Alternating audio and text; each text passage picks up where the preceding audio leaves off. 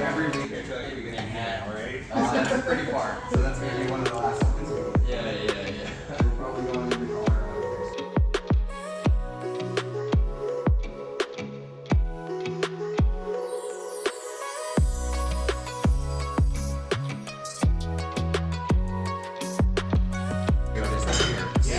place. Why is the carrot so favorite? I love the glazed carrots because it's like taking everything that's beautiful about a carrot and just making it the best possible. It's bright red, it's bright orange, it's got carroty flavor, it's just soft and tender, it's delicious. It's like healthy. And it's magical and it's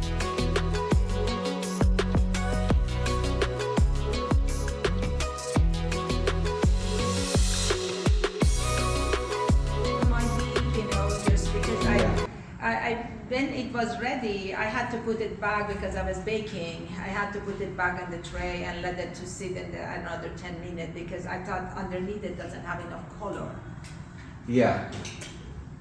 There's a couple things. In whatever pan you're using, like say it's like a non-stick pan or it's a stainless steel pan or aluminum. It became non-stick. I didn't know. I saw, okay, for $18 on Amazon, that's fine. Then I find out I'm paying $18 per each. For each, yeah. And it was very thick one. It was, of course, its famous brand and everything, but you know. Sometimes that can affect the color. If it's the non-stick and things of that nature can affect the color as well. Yeah, I didn't expect that I am buying non-stick. Thanks. It's good to know. I was thinking about buying white level. Yeah, you can. No, But no, I thought because this, the dough was a kind of darker color, might be about that. Yeah, but I didn't use that for the quiche that we made. Thanks. But it was really good. Yeah, But it was more delicious. also the butter, right? Yes. The amount of butter also helps with the brownie as well. So the less butter you have, the harder it is to brown, and the more butter you have, the easier it is. I read with the same recipe ChatGPT. It wouldn't run out as easily, right? So essentially what it does is it molds with the proteins inside of the turkey to create a very thick, juice, or turkey juices, so that it maintains it with inside the turkey. Okay, so that's the secret of the brine, and how that works is the salt gelatinizes the proteins inside of the turkey. All right. So we have these items here. We're gonna go ahead and put them in here. Turn this up. Pour in our water. And the main thing that is the most important is that it's a 10% brine. Tarragon.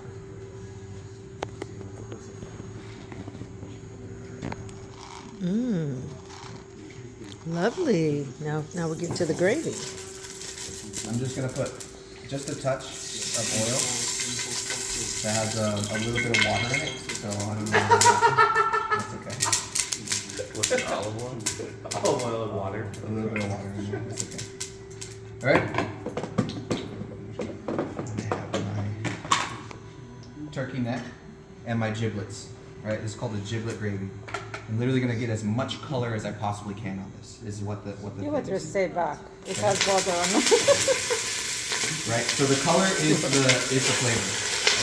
Okay. Right? If you don't get color on it, you're not getting any flavor. Okay? So I'm gonna kind of spread these out. He left a little too hard on that. Do you have a lot That of is nice. We're making cranberry sauce. Wow, what a way to make cranberry sauce. So it almost looks like a, like a sage thing or whatever, right? Mm-hmm. And essentially what I do is I wrap it around 3 times on this side. I leave a little bit more there. And I wrap it, 3 times on this side. And then what I do is I come back around 1, 2, and then I wrap it 3 times on this side. And then what I do is I take the 2 strings that are left over, cut the extra string, and then I tie these 2 together.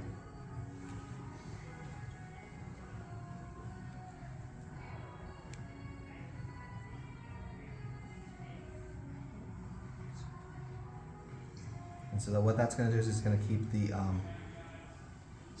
the cinnamon and the star anise and everything inside of it. But if you smell it, go ahead and pass this around.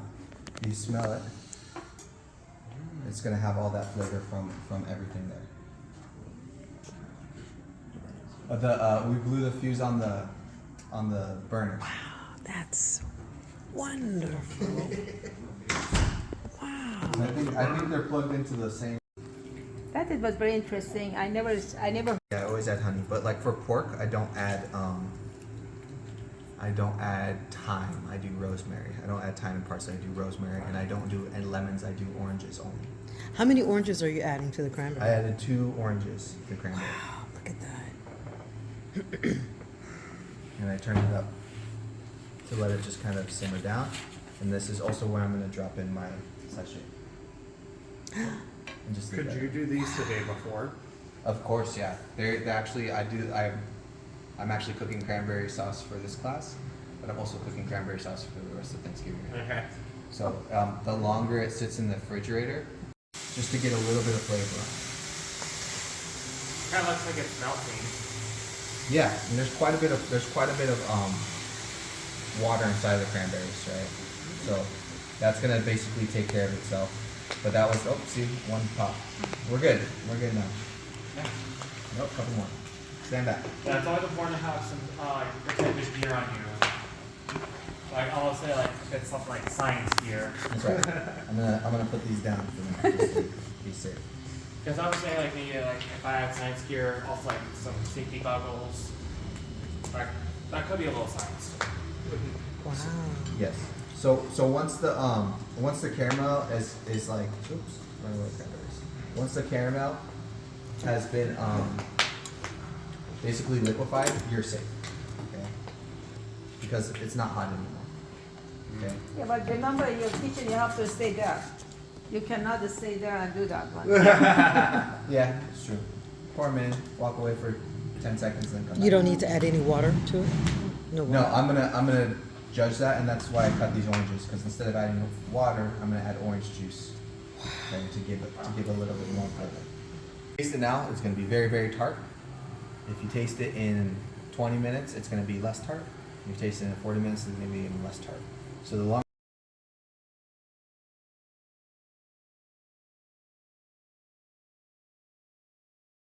if you think, oh, maybe that's too much butter, it's not. Okay. 50-50.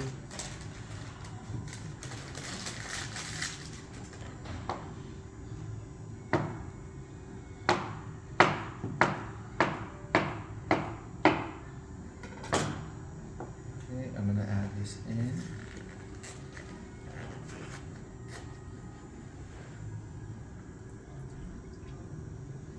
Okay, your butter to the potato is half to half, but how much is the cream base? So I don't do all butter. So I'm a little nutso. I do a little bit of cream, okay? So just to cut the butter. But again, this is not this is just the fundamentals that you need. It's probably not gonna, as long as you add it, I have butter and cream together. Obviously, we're not just cooking these 2 potatoes for all of us here. I have potatoes already cooking in the back, but I am going to use this cream mixture to kind of whip those potatoes as well. So I just want to kind of give a little quick demo of how we kind of do it. So this is not the amount of butter. This is not a 50-50. This is like a 200 to 50. But you do want to have I do maybe equal parts cream and butter, just kind of, and then I hold the cream and the butter while I hold the potatoes, and I kind of just guesstimate, I don't go 50-50. I'm not that I go maybe 30 to 40, but you can go up to 50, right? So that's why I tell everyone, those places where the mashed potatoes are really, really good, they're doing 50% butter. So butter makes everything better. This whole table, right, with boxes of potatoes up to this high, full, the whole day, every day, and then I would cut the potatoes in the fryer, and then I would cut the potatoes in the press thing. You put them in here, you press it down, and turn into French fries. Then I would boil the French fries in fry them in a colder frying solution, and then I would put them on sheet trays, and then I would cool them down in the walk-in. And then like I would go over to like I was the prep cook, so I'd never get to walk into the kitchen. And then I would go over to the kitchen and I would just see all the servers and chefs just frying off fresh French fries and eating them. Like they were just taking all my prep work and eating it. So, and then I got married, and I went on a honeymoon for about a week. And when I came back, they never did these potatoes ever again because they didn't have me for 1 week. So, I didn't know what to do. So I go from the top potato, okay, and I go down. But when like a lot of people will just be like, they'll kind of be like, you know, like really, right? You just, you know, if you really just kind of go from top to bottom, and you go in a smooth motion, right? And then if you get any eyes or anything like that, you go from top to bottom, you're really gonna have just a little bit on top. Those are Yukon. These are Yukon Golds, yeah. And if you guys ever see this thing on your peeler, this little thing, right? That's to go into these eyes and twist and take them out. Oh, I see. No, Game changer. I know, right? So I did a whole my first day. Chef said, "Okay, just peel all these potatoes." I was like, "Okay, well, yes, chef." And then I peeled all the potatoes, and they had like 2 eyes on each of them. And I was like, I did all the potatoes. So after I peeled the potatoes, I had like 8 or 10 of those things full of potatoes, right? And he's looking at them, and he's like, "Nope. Go through them all again, peel them all again." So I had to take them all out again and peel them all. So the first day I ever worked at a restaurant, I literally did nothing but You peel had to potatoes. peel it, or you had to.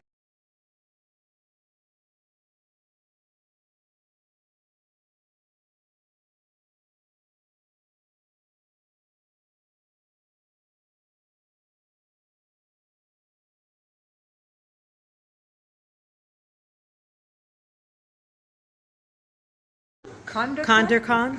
Recon. It's a very cheap plastic peeler, but I love it because it fits well in the hand, and like, you know, these peelers, whatever you're peeling, they're always gonna break. Like, I don't care if you get a $50 peeler or a $10 peeler, they're going to break. Okay. So I get like, you know, this little like $1, $2 peeler, and I just use it until it breaks. until it breaks, and I have another one. Okay.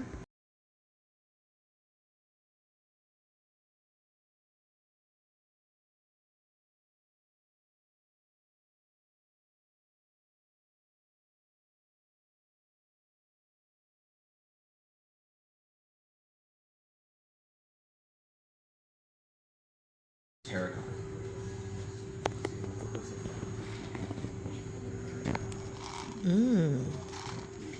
Lovely. Now we get to the gravy. I'm just gonna put just a touch of oil that has a little bit of water in it, so I don't know. That's okay. What's it, olive oil? Olive oil and water. A little bit of water in it. That's okay. All right. I have my turkey neck and my giblets. Right. This is called the giblet gravy. I'm literally gonna get as much color as I possibly can on this. Is what the You would thing is. just say back. It has butter on it. Right. So the color is the flavor in this. Okay. If you don't get color on it, you're not getting any flavor. Okay? So I'm gonna kind of spread these out. The onion, per onion or the others, which kind of juice you are using for that? So what you do with the glazed vegetables is you add just enough water to kind of cover.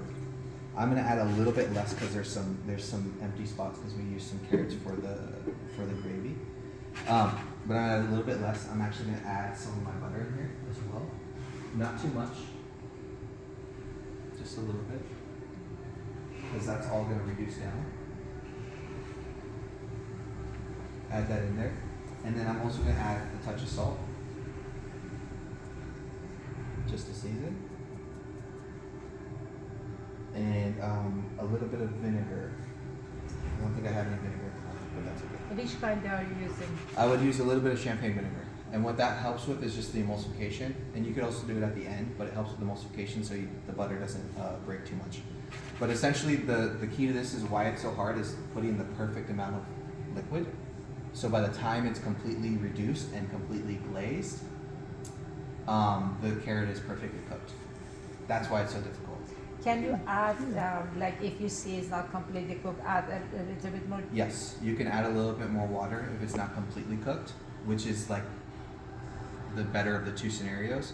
Because the second scenario is if it's cooked before the liquid is gone, you're gonna need to take out some of that liquid, which is like all of your flavor. But don't carrots cook in like 2 minutes? They get soft. Yeah, these will cook in probably like 2 minutes. I'm gonna put it like all the way up to kind of just boil it down. But the other thing too, you have to remember is this part on top is not gonna cook as quickly as the one on bottom. And then as the liquid reduces, it's not gonna be cooking, it's gonna be steaming the top with the residual heat. So there's a kind of like a little bit of a science to it. My chef would always be like, the carrot's not underneath, it's not cooking, you know, like what are you doing? Add more water, add more water. But if you add more water, you dilute the flavor. And what I wanna do is I wanna take all the flavor that's inside the carrots instead of blanching them first and then, you know, I can probably add more carrots once it's ready to go. You know, you kind of blanch them first, you kind of lose some of that flavor. But if you cook them inside of the carrot juice or the juices that they're actually like releasing, so now you're using the juices that are inside the carrots, you're using juice from other carrots, and then you're reducing everything down so it's super concentrated, and then you're adding a little bit of fat to make it like. So you added carrot juice with the natural carrots. Would someone, say if they was like diabetic, they could not probably have that dish? Kind of high on the glycemic, or would it be okay? I mean, if someone had sugar, Yeah, have to watch their sugar, They had to wash their sugar. I mean, wouldn't carrot probably, juice is because pretty. Yeah, I mean, you can try it. It's not too sweet, right? interesting. But yeah. Yeah, I mean, people add sugar to this too, right? They add a little bit of sugar as well, which we could do. But I kind of want to hold off on a little bit on that. Just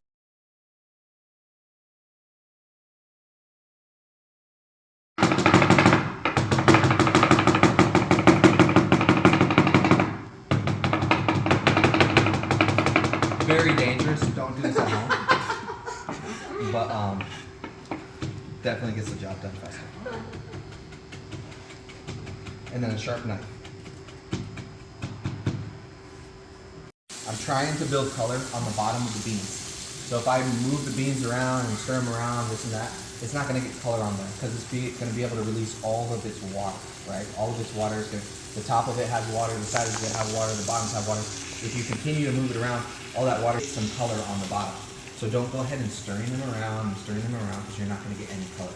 So you want to just get as much as you can, right? And then check them, see if they have any color on them. Is your temperature is high or medium high? High, as high as possible. It goes all the way up to 11, this one here. Okay? And then that cool down, let's cook them as well. Smell that they're like ready to cook. I can smell that the caramelization of the beans. So now I'm gonna, don't try this at home, but I'm gonna try to flip them all at once and cook them. Oh, okay. Oh, wow. Alright. So I got a little bit of color, that's exactly what I want. And make sure that these things are hot. Now essentially what I'm gonna do is I'm gonna take my gravy and just put it.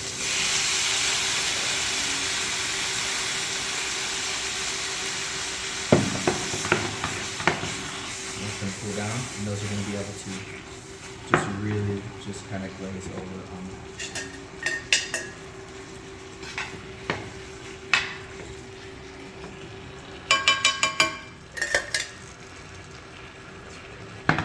Okay, and then I need to, essentially I'm gonna start filling up the chicken dishes, and we're gonna just eat this weekend. We have enough potatoes in the back, we're gonna take and the last thing we're gonna do is carve the turkey, and that's it.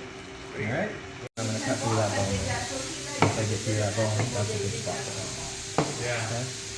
Like, oh, you have to clean the house, you know? And then that's I gotta get left over. We would always fight over this here, the little oyster. I'll keep that in there. I can see the phone. That is great for sandwiches the next day, huh? Yeah, this is great for stew.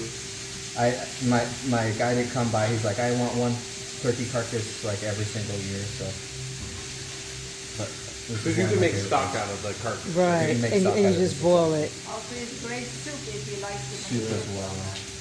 So Well then, done, Chef Travis. then what I do here as well is I turn the turkey over when I slice it.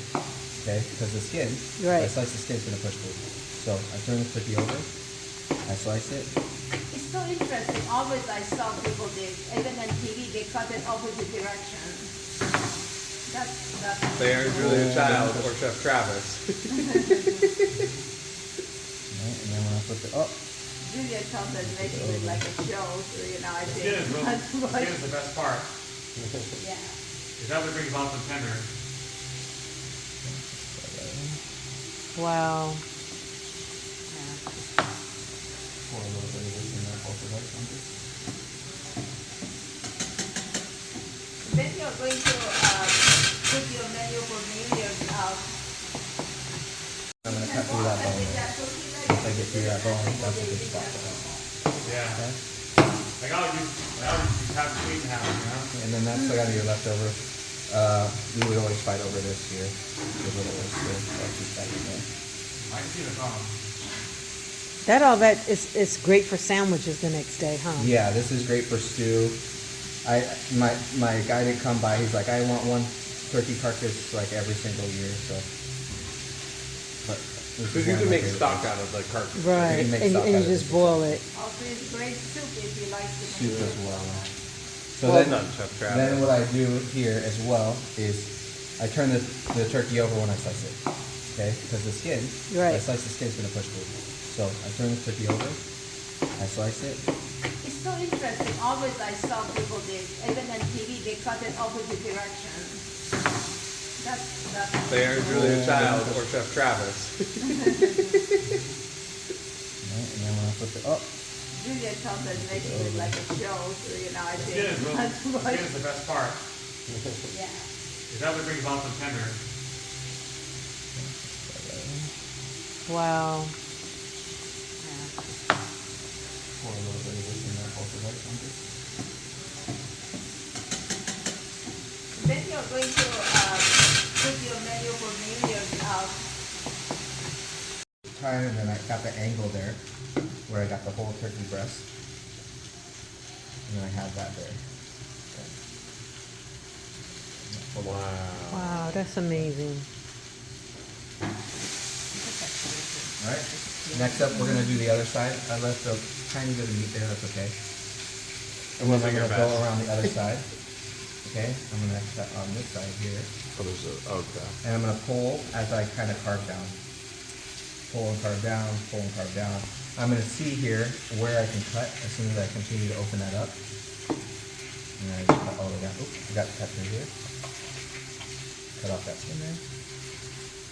How long do you That's cook easy. per pound? Wow. What's that? How long do you cook per pound? Timing? I mean, it's really till it's done. I mean, you put a thermometer in there, and once it reaches like 155, like pull it. 160, 155, you just pull it out. Okay. And then- now we're gonna cut through here. We're gonna break the bone here, and I'm gonna see that bone come out. So I'm gonna cut out behind that bone, and now I have the turkey leg. The turkey leg, where it bends, is exactly where it's gonna be, where the joint is. So you want to try to hit that where the bend is, and you should be able to cut right through it. Okay, and you get a clean cut. Okay.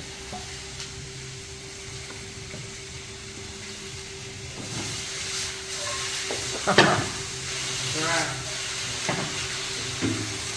You remind me of Julia Child. She did that one, and she I'll take that No, compliment. no, no. She was remind me of down, God. and she was down and she was doing it with her hands like this. Okay. I So, can't imagine I'm in an amusement park having a That makes turkey it leg. seem so easy, though.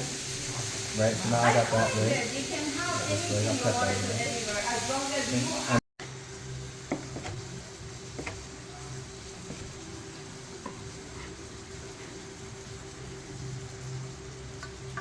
Some dark meat. This dark meat as well. Bone runs this way. I'm gonna go on this side of the bone. So always cut with the bone up. We're gonna, yeah, I always go on the opposite sides of the bone. So so that I know where the bone is. And then just slice down. That, try to cut out this turkey skin. Flip it over, and I'll lay it down as nice as possible. Wow. Look at that. And that's it. That's some dark meat. Get this dark meat as well. Bone runs this way. I'm gonna go on this side of the bone. So always cut with the bone up. We're gonna, yeah, I go on the opposite sides of the bone so that I know where the bone is. And then just slice down. That, try to cut out this turkey skin. Flip it over, and I'll lay it down as nice as possible. Wow. Look at that. And that's it.